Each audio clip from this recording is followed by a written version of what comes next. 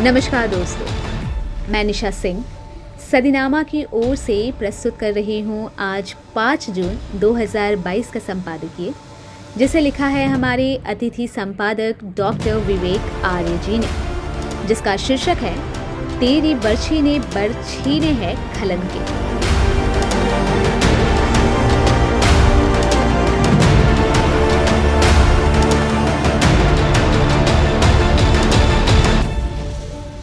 एक समय था कि बरछी, ढाल, कृपाण और कटारी वीरों का सहायक था। इसी के बदौलत योद्धा युद्ध के मैदान में दुश्मनों के दांत खट्टे कर देते थे।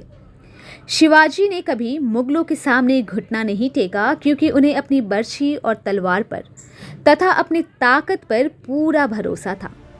कवि भूषण ने छत्रसाल की प्रशंसा में श्रृंगारिक कविताओं की रचना न करते हुए वीर रस की कविताएं लिखी, जिसका मूल आधार था वीरता और बरछी। तो आइए देर ना करते हुए शुरुआत करते हैं हम अपने आज के संपादकीय की, जिसका शीर्षक है तेरी बरछी ने बर छीने है खलन के। झांसी के आसपास उत्तर प्रदेश और मध्य प्रदेश की विशाल सीमाओं में फैली बुंदेलखंड की भूमि पर 3 जून 1649 ज्येष्ठ शुक्ल 3 विक्रम संवत 1706 को चंपत राय और लाल कुंवर के घर में छत्रसाल का जन्म हुआ था।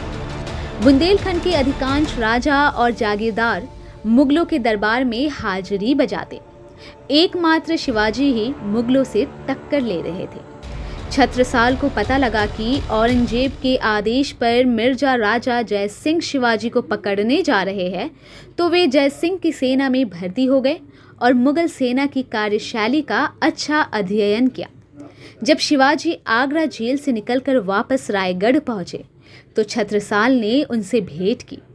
शिवाजी के आदेश पर फिर से बुंदेलखंड आकर उन्होंने अनेक जागीरदारों और जनजातियों के प्रमुखों से संपर्क बढ़ाया और अपनी सेना में वृद्धि की।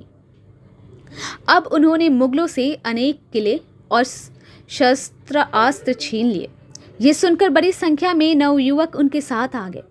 औरंगजेब को जब ये पता लगा, तो उसने रोहिल्ला खां और फिर तहवर खां को भेजा, पर हर बार उन्हें पराजय ही हाथ लगी। छत्रसाल के 2 भाई रतन शाह और अंगद भी वापस अपने भाई के साथ आ गए। अब छत्रसाल ने दक्षिण की ओर से जाने वाले मुगलों के खजाने को लूटना शुरू किया।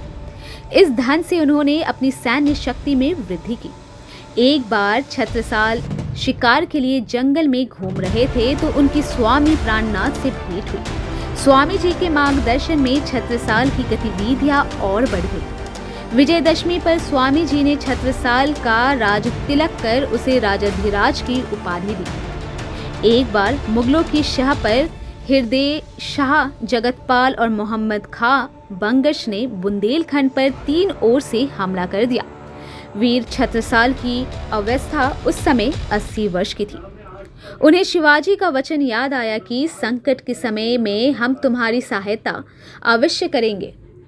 इसे याद कर छत्रसाल ने मराठा सरदार बाजीराव पेशवा को संदेश भेजा। संदेश मिलते ही बाजीराव ने तुरंत ही वहां पहुंचकर मुगल सेना को खदेड़ दिया। इस प्रकार छत्रसाल ने जीवन भर मुगलों को चैन नहीं लेने दिया।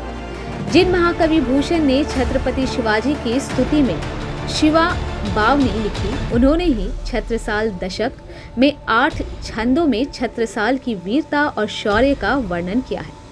आज भी बुंदेलखंड के घर घर में लोग अन्य देवी देवताओं के साथ छत्रसाल को याद करते हैं। छत्रसाल महाबली करियो भली भली। कवि भूषण ने महाराज छत्रसाल की प्रशंसा में छत्रसाल दशक की रचना की थी।